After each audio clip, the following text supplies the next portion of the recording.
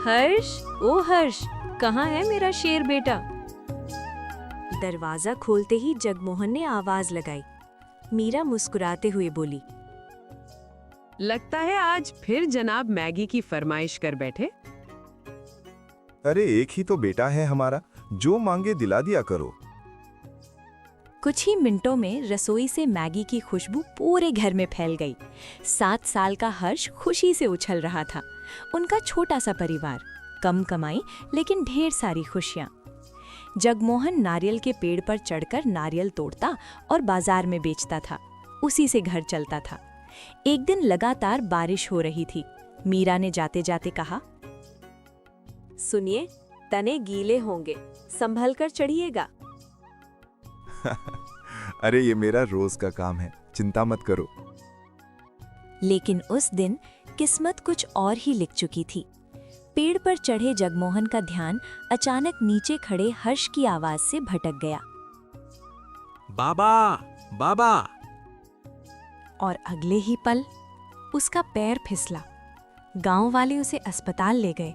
Operation तो हो गया, लेकिन डॉक्टर ने साफ कह दिया, अब ये अपने पैरों पर कभी खड़े नहीं हो पाएंगे। घर लौटते ही जगमोहन की आंखों में आंसू थे। अब घर कैसे चलेगा मीरा? काश भगवान मुझे उठा ही लेता। ऐसा मत कहिए, आप ही तो हमारी दुनिया है।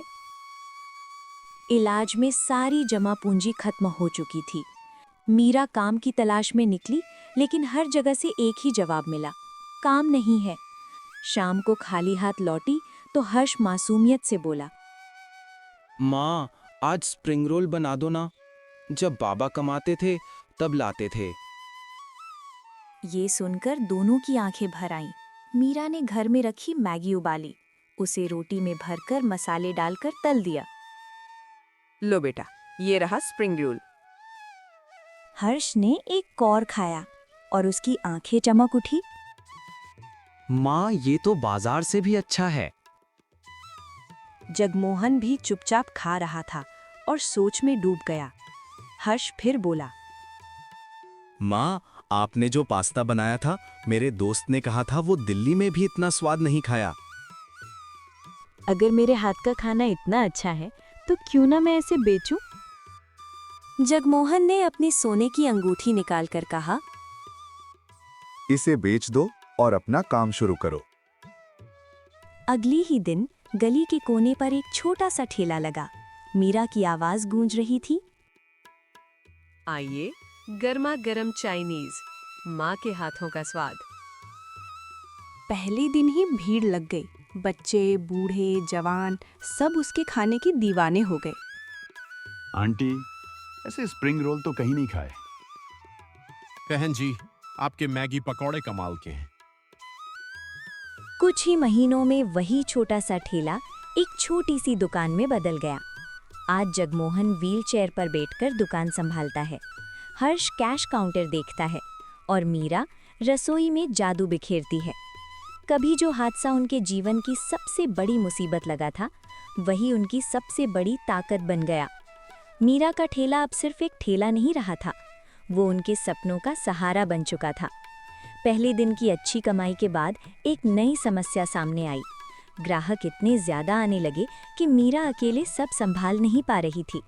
जगमोहन ने व्हीलचेयर पर बैठते हुए कहा, तुम खाना बनाओ, मैं गल्ला संभालता हूँ। अब पूरा परिवार साथ था। मीरा खाना बनाती, जगमोहन पैसे संभालता और छोटा हर्ष प्लेटें पकड़ाकर मदद करता। तीनों की मेहनत रंग लाई। कुछ ही महीनों में उनका माँ के हाथों का चाइनीज दूर दूर तक मशहूर हो गया। दूसरे गांव से भी लोग आने लगे।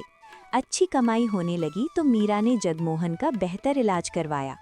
डॉक्टर ने मुस्कुराकर कहा, उम्मीद है अब ये जल्दी अपने पैरों पर खड़े हो जाएंगे। और सचमुच एक दिन वो चमत्कार हुआ। जगमोहन अपने पैरों पर खड़ा था। जिस हादसे ने उन्हें तोड़ा था, उसी ने उन्हें जोड़ा भी। हमारी आज की कहानी यहीं पर खत्म होती है, लेकिन कहानियों का ये सफर यहीं नहीं रुकता। अगर आप चाहते हैं कि अगली कहानी में किसी किरदार का नाम आपका हो, तो नीचे कमेंट में अपना एक प्यारा सा नाम जरूर लिखिए।